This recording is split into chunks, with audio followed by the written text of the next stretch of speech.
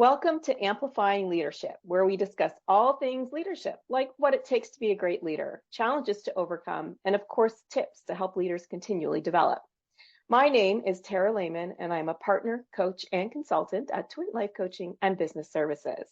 For our leadership clients, I aim to provide effective leadership coaching, consulting, and workshops to help develop you, retain your star employees, and of course, help improve your bottom line. You can check it all out at amplifyingleadership.ca, which is also a division of Twin Life Coaching and Business Services. Today, I am welcoming Margaret Sullivan Williams from Engaging Business Solutions. Margaret is an HR expert and leader and executive coach with a great focus on mindfulness for leaders. Thank you for joining me today, Margaret. Absolutely. My pleasure, Tara. So why don't you tell us a bit about your leadership story, kind of where you started, and then how you ended up where you are today? Sure. How far back do you want to go? Wherever you want to go. It's funny. I have some teen boys, and they're both at that point where they're thinking about, looking around and thinking about what's out there for them, what experiences, right? And that got me really reflecting on this and thinking, why do I do what I do? And how did I end up where I am? And kind of tracing that back through my career. And when you asked the question, I was thinking, when I was like, gosh, just opportunity. It was opportunities when I was a kid to kind of step in and try out various leader-like roles. Oh, yeah. So, yeah. So, for example, at about 12 years old, I was a good music performer, a good music student, and was invited to teach music to kids making up their accordion lessons. Oh, wow. and got that opportunity. And I often think about, it's such a little thing, but sitting there week after week, and I would work, an evening a week and help kids catch up their lesson and learn what they missed in the missed lesson. And it was, there were so many lessons there, right? Learning about listening to see where they were at, what they understood, recognizing their own individual strengths, helping kids understand the new lesson or the material by communicating well and communicating differently based on who the kid was, right? Yeah.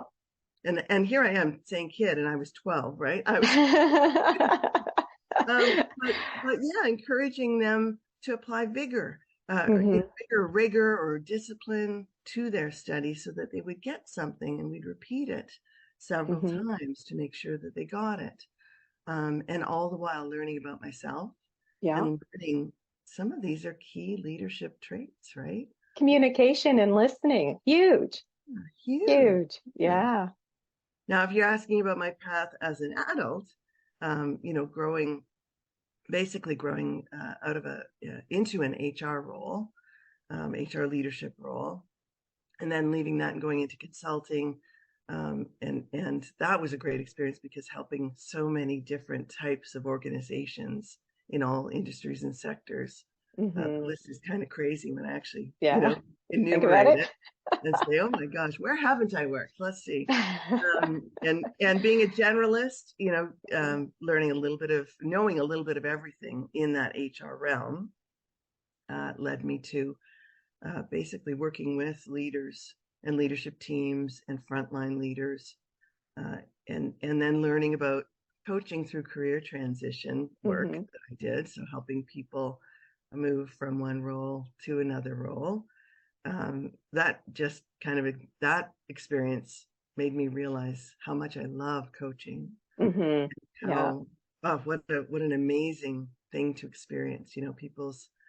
People honestly at their worst, right? Like when they're really dejected and so many times just not at their best, having left a job, and then witnessing that transition and walking beside them along that transition to something new. It feels great, doesn't it? Oh my gosh, seeing when the light bulb goes off and they realize, wow, that really wasn't for me. Exactly. Right? What I was doing in the past, or how the company had changed, or that awareness, that Mm-hmm. new growth or learning has, what an eye opener that was Yeah, with, for yeah, sure. around leadership. So that's been my journey. So I recently did attend your Mindfulness for Leaders workshop, which I understand you're running again soon. Um, Yep. why don't you tell us a little bit about why mindfulness with leadership? What is the connection? hmm So I started my mindfulness journey well before the pandemic. And I think I recognize that just being so dang busy, right? And being Hmm. pulled in so many directions, and the influence of social media, and we are pulled in so many ways, Aren't we though? and so busy that I was feeling the need to center and like have some place in my day, or places in my day, where I was able to regroup and really just ground and Hmm. feel okay again. Because and then starting, working with clients who were experiencing the same thing, running from meeting to meeting to meeting with an overwhelming list of Hmm. responsibilities and obligations, Burnout. and and then what that meant for how they were showing up in their Hmm. Oh leadership. yeah. And I started to see in our coaching conversations those themes arise time and time again. Like presence is a foundational element of mindfulness. And it just became so clear to me when leaders are not able to show up with true presence with their teammates and with people who report to them. Like a one-on-one is a perfect example, right? In your one-on-one Hmm. meeting, Yep. if you're showing up and you're checking your phone and you're, off looking at other things, and you're not giving that true focus to that 15-minute or half hour meeting, whatever it is, everybody suffers. Yes. So presence is, like I said, a key aspect of mindfulness. And then I started looking into, what are the other benefits of mindfulness? And wouldn't you know, most of them align with the conversations I was having in coaching and Oh with yes. leaders. Yeah, yeah. Yeah. Automatic behavior is another one, right? We automatically react to things instead of having that practiced, mindful approach of being able to take a moment, think Hmm. about, you know, what our response needs to be in that moment. So leaders who are reacting instead of responding, it can have a huge impact on an Yeah. organization and I on the can team. totally see that. Yeah. So that's what led me to mindfulness. I mean, first it was my own wellness, Hmm. well-being, and being able to just manage and ground and center and be okay. And gratitude was a huge practice too. It's part Hmm. of mindfulness. Generosity of spirit was another one, where you're assuming the best of others, as Hmm. opposed to creating a story in your head around who they are and what they're doing to you. Yeah. That kind It's of, all these elements just kept coming up in coaching conversations. So the it's link is there. interesting because, oh, sorry. It's interesting because I think a lot of the clients, some of them do this and don't realize it's mindfulness. Oh, it's so many. Yeah. And it's mindfulness, but the benefits of mindfulness, like one key benefit is self-awareness. Hmm. So when we take those moments in our day to time out, to ground, to center, we also have an opportunity to question ourselves and think, Hmm. how could I have done that better? What would I like to do differently next time? All these good coaching, kind of self-coaching questions. There's Yeah. room. You're creating space for those reflective moments to happen. Hmm. Yeah. And, we get better as leaders when we have that incorporated into our day to day. I 100% agree to it, and I love it. And I think a lot of people, they hear the word mindfulness and they automatically picture, the monk on the mountain doing meditation, and they Yeah. don't realize it's just it's as effective as listening and not reacting, like you said, but listening, taking it in, Yeah. responding appropriately, right? I mean, Yeah. people don't even realize that it's so important in leadership. Like it's a key element, which is why I was so happy to join your group because I was so happy how it needs to be there. It needs to be understood, and they need to know that some of them are already doing it and not be afraid of the word. Hmm. And I Yeah. and I think, I hope that what people take away from my course is the element of practice, Hmm. right? It's Absolutely. truly, it's a journey, it's a self journey, so it's a customized journey. Hmm. So, we may do a 15-minute seated meditation in our group when we do the mindfulness for leaders. If that works for somebody, great. If it doesn't work for somebody, there's so many other alternatives. Hmm. And it's that continual kind of practicing of mindfulness over time that reaps the rewards of respond instead of react, of self-awareness, of not, not judging others, um, in the, that prevents you from being aware of them, Yeah. and be aware of your own behavior. And yeah, so it's that, I mean, that practice piece is so essential to how you grow from it. When I talk about active listening and when I train on active listening, it's very similar idea where I say it's like a muscle. If you don't work it, it goes, it atrophies. And it's something you have to work at every day. It doesn't just, it's not a one and done. It's not a checkbox. It's something you need to Yes, continually do to grow, right? exactly. In whatever capacity you're able.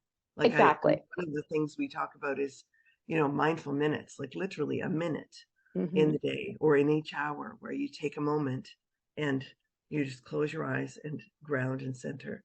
And, Hmm. the tools around that are what we Yeah. talk about. And it's so beneficial to people on and on. And I hear from my coaching clients too, where they've incorporated an element of mindfulness, whatever works for them, Hmm. um, and how impactful it is on the way they approach their work, on their Hmm. energy. Energy is an interesting thing. Yes, That's this world that requires so much energy from us and certainly depletes does. us through the day. Yeah. Managing energy could be one of the biggest challenges for leaders today. Yeah. um, and showing up with enough energy to deal with and be resilient through the challenges that leaders face every day. Hmm. Mindfulness can help with that as well. I agree. And coming from a place where it was my calendar would just be packed full of meetings and then packed full of, stressful events or, whatever we had going on. And so you're right. Like I would try to sometimes just close my door and take 2 minutes, close my eyes and just breathe, just to reground myself, like you said. So yeah, no, I love it. I love it. Yeah, so So good.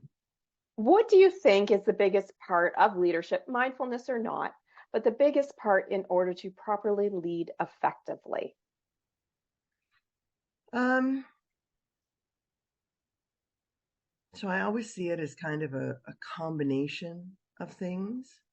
But if you're asking, I think the thing that comes up most for me is Hmm. self-awareness. Hmm. And Yeah. so for so many reasons, like, um, an example would be sometimes, working with leaders over the years, you'll encounter the micromanager.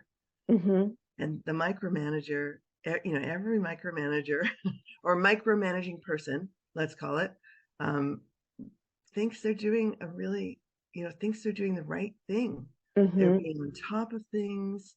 They are, they think they're being a good communicator. They think they're being helpful. They believe they're being a good leader. Yeah. What they're not, they don't really understand the perception of them from others. Yeah. And they I don't agree. really understand the impact. Because they don't look at the perception, they also don't look at the impact of Hmm. their behavior on others. So even a very well-intentioned leader who has a great heart and wants to do well by employees, if they're not self-aware, they, that self-awareness is so key. Hmm. Yeah. No, I And agree. that benefit of self-examination, right? So Yes. talking out, and a great example of how to fix that would be talking out situations with a coach, Hmm. and really being self-reflective and thinking, what did I do there? Have I done that before? And you see those patterns emerge, Yeah. and you can set goals for improvement. Hmm. And leaders who really want to grow, want to become more self-aware, and want to Hmm. challenge themselves to grow. Yeah. And without that, without some kind of self-awareness, that just doesn't happen. No, And I people agree. continue battering their heads against the wall, right? And every leader needs to grow. It's the only way to be an effective leader, right? Mm-hmm. Is growing through all the leadership skills and continually developing them because the world changes Totally every agree. day. Totally agree. Yeah, Yeah. yeah. And that change requires resilience. And that's another aspect of Yes. mindfulness and being a leader is you need to be resilient. You need to manage your energy. You need to be self-aware and reflective. And Hmm. it's, these all used to be called quote unquote soft skills, right? Yeah. Personal skills. Yeah. But I don't know any good leaders who are, who show up without these. Like these are Yeah. all basic leader traits now. Essential traits for sure. Yeah. Essential. Yeah. Absolutely. Hmm. Great. So, if you had one key takeaway from today for our listeners, what would you say it is? And are our listeners just everybody or Yep, our leaders? leaders in general. Yeah, okay. Um, I think for leaders, I would say it's okay to care Hmm. and to care better, be mindful, right? You impact leaders have such a great impact. I like to say, to my coaching clients, you impact the moment you walk in a room. Yes. If you're the leader of a group, um, that your energy, your how you show up is so key. So be aware of it and choose how you want to do that, how you want to walk into the room, how you want to show up. Um, And it is about choice. yeah. Absolutely. It's up to us to make the choice to go in with that awareness Mhm. and reflection, right? Yeah. And mindfulness creates that space or helps create Hmm. that space, so that you can show up with those traits like presence or listening or generosity of spirit or compassion for each other. So for your Hmm. colleagues, for your leaders.